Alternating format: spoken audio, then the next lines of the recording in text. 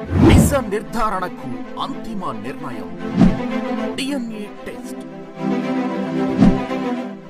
ఉన్నది ఉన్నట్లుగా వాస్తవాలను శోధించి వివరించేది మన DNA టీవీ. మన రాష్ట్రం, మన ఛానల్. పోలీసు అధికారి ప్రవర్తనపై ఫిర్యాదు చేయవచ్చు. నిరంజన్ ఫిర్యాదు చేస్తున్న సమయంలో పోలీసు అధికారులు ఎవరైనా బాధితుల పట్ల అసభ్యకరంగా మాట్లాడినా, ప్రవర్తించిన జిల్లా పోలీసు ఫిర్యాదుల ప్రాధికారిలో ఫిర్యాదు చేయవచ్చని ఆ సంస్థ గుంటూరు జిల్లా చైర్మన్ ఆర్ నిరంజన్ తెలిపారు. మంగళవారం మంగళగిరిలోని ఆయన కార్యాలయంలో మీడియాతో మాట్లాడారు. లిఖిత పూర్వకంగా బాధితులు ఫిర్యాదు ఇస్తే సంబంధిత అధికారులకు నోటీసులు జారీ చేసి తగిన చర్యలు తీసుకుంటామని తెలిపారు. కార్యక్రమంలో కమిటీ సభ్యులు చెన్న కేశవరావు, రఘు పాల్గొన్నారు. డిస్ట్రిక్ట్ పోలీస్ కంప్లైంట్ అథారిటీ అనేది ఒకటి ఉంది. దానివల్ల ప్రజలకి ఈ విధమైన ఉపయోగాలు ఉంటాయనే ఉద్దేశం, మీకు అందరికీ మీ ద్వారా అందరికీ అవేర్నెస్ రావాలని ఉద్దేశంతో మిమ్మల్ని ఈరోజు రిక్వెస్ట్ చేయడం జరిగింది. మీరు అందరూ వచ్చిందానికి చాలా సంతోషం. అసలు ఏమిటి డిస్ట్రిక్ట్ కంప్లైంట్ అథారిటీ అనే దానికి మీకు చెప్పాలంటే, పోలీస్ వ్యవస్థ మీద కొంత ప్రజల్లో దాన్ని ఏమంటారంటే పూర్తి నమ్మకం లేకపోవటం, లేకుంటే కొంత అసహనం, వాళ్ళ తీరు పట్ల అసహనం అనేది చాలా మందిలో కనపడుతూ ఉంది.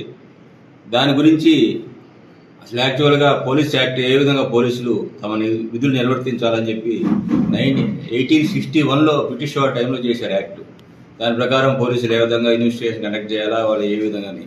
కానీ తర్వాత మన స్వతంత్రం వచ్చిన తర్వాత కూడా మనకంటూ సెంట్రల్ గవర్నమెంట్ కానీ స్టేట్ గవర్నమెంట్ కానీ ఈ మధ్య వరకు పోలీస్ యాక్ట్స్ అనేది చేయలేదు. పోలీస్ మాన్యువల్స్ అని డిపార్ట్మెంట్లో డీజీపీ వాళ్ళు ఇచ్చిన సర్క్యులర్స్ బేస్ చేసుకొని వాళ్ళ ఇన్వెస్టిగేషన్ చేయడం జరుగుతూ ఉంది. కాబట్టి ఈ పరిస్థితిని కొద్దిగా బాగుపరచాలని 1974 ప్రాంతంలో నేషనల్ పోలీస్ కమిషన్ అనేది ఒకటి అపాయింట్ చేశారు గవర్నమెంట్. ఒక సుప్రీంకోర్టు రిటైర్డ్ జడ్జెస్ని పెట్టి చేస్తే వాళ్ళు 1978-80 మధ్య డిఫరెంట్ ఆస్పెక్ట్స్లో ఇంచుమించు ఒక 5 రిపోర్ట్స్ సబ్మిట్ చేశారు కమిషన్. మోడల్ పోలీస్ యాక్ట్ కూడా తయారైంది. కానీ కొన్ని కారణాల వల్ల ఎందువల్ల మనకు తెలియదు. కానీ దాని గవర్నమెంట్ వారు కానీ దాన్ని చట్టరూపంలో తీసుకురావడం లేకపోయిందన్నమాట. ఆ విషయాన్ని 2006లో సుప్రీంకోర్టులో కొంతమంది ప్రకాష్ సింగ్ అని రిటైర్డ్ పోలీస్ అఫీషియల్ వాడు దాన్ని దృష్టికి తీసుకొచ్చి ఇప్పటికైనా పోలీస్ యాక్ట్ వచ్చే పరిస్థితి కలిగించని సుప్రీంకోర్టు అడిగితే, సుప్రీంకోర్టు దాని ఆవశ్యకతని బాగా చెబుతూ తొందరగా చేయండి అని చెప్పి గవర్నమెంట్స్కి అందరికీ డైరెక్షన్లు ఇస్తూ, అప్పుడు దాకా ఈ మధ్య ఎంత టైంకి చేస్తారో తెలియదు కాబట్టి ఈ లోపల ఏదో కొంత ఇంటర్మ్గా మెజర్స్ చేద్దామని చెప్పి కొన్ని చేశారన్నమాట. పోలీసు సెక్యూరిటీ అనే ఒకటి, అట్ట తర్వాత డీజీపీ క్యాడర్ వాళ్ళకి మినిమం, ఎస్పీలకి మినిమం 2 years ఉండాలని కొన్ని డైరెక్షన్ తీసుకుంటూ చేశారు. దాంట్లో ఈ state and district police complaint authority అని చెప్పి ఒక అంశం పెట్టారు. ఈ స్టేట్ పోలీస్ కంప్లైంట్ అథారిటీలో ఎవరు చైర్మన్గా ఉంటారంటే రిటైర్డ్ హైకోర్టు జడ్జి కానీ రిటైర్డ్ సుప్రీంకోర్టు జడ్జి కానీ ఉండొచ్చు అనమాట. దానికి గాను chief justice of concern state, ఇప్పుడు మన స్టేట్ అంటే ఏపీ హైకోర్టు చీఫ్ జస్టిస్ గారు ఆ ప్యానల్ నుంచి ఒక జడ్జి గారిని సజెస్ట్ చేస్తారు.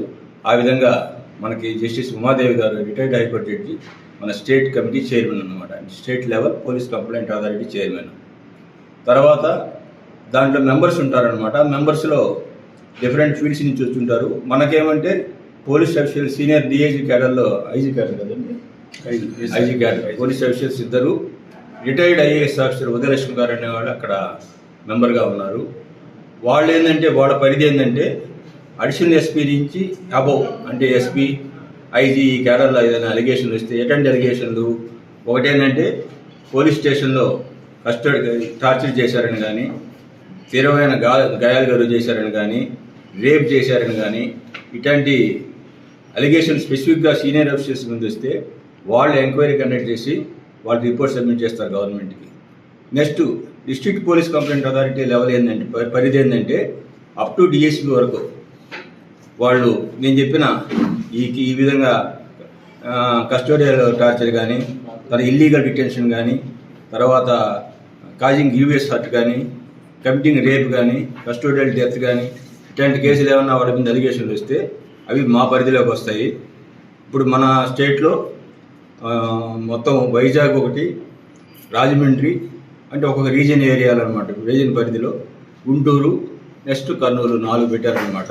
మనకేమో 5 జిల్లాలు వస్తాయి ఈ అథారిటీకి. ఒకటేంటంటే Guntur, Palnadu, Bapatla, Prakasam and present Nellore district other than Gudur area, Gudur region అనమాట. ఇప్పుడు మా దగ్గరికి వచ్చే కేసులు మీకు చెప్పాను ఇదే టైప్ వస్తాయి. ఇవి కాక కొద్దిగా చెప్పిన డిటెన్షన్, ఇల్లీగల్ డిటెన్షను, గ్రీవియస్ హర్టు, రేపు, కస్టోడియల్ డెత్ కాకుండా పోలీసు వారు ఇతర సివిల్ డిస్ప్యూట్లు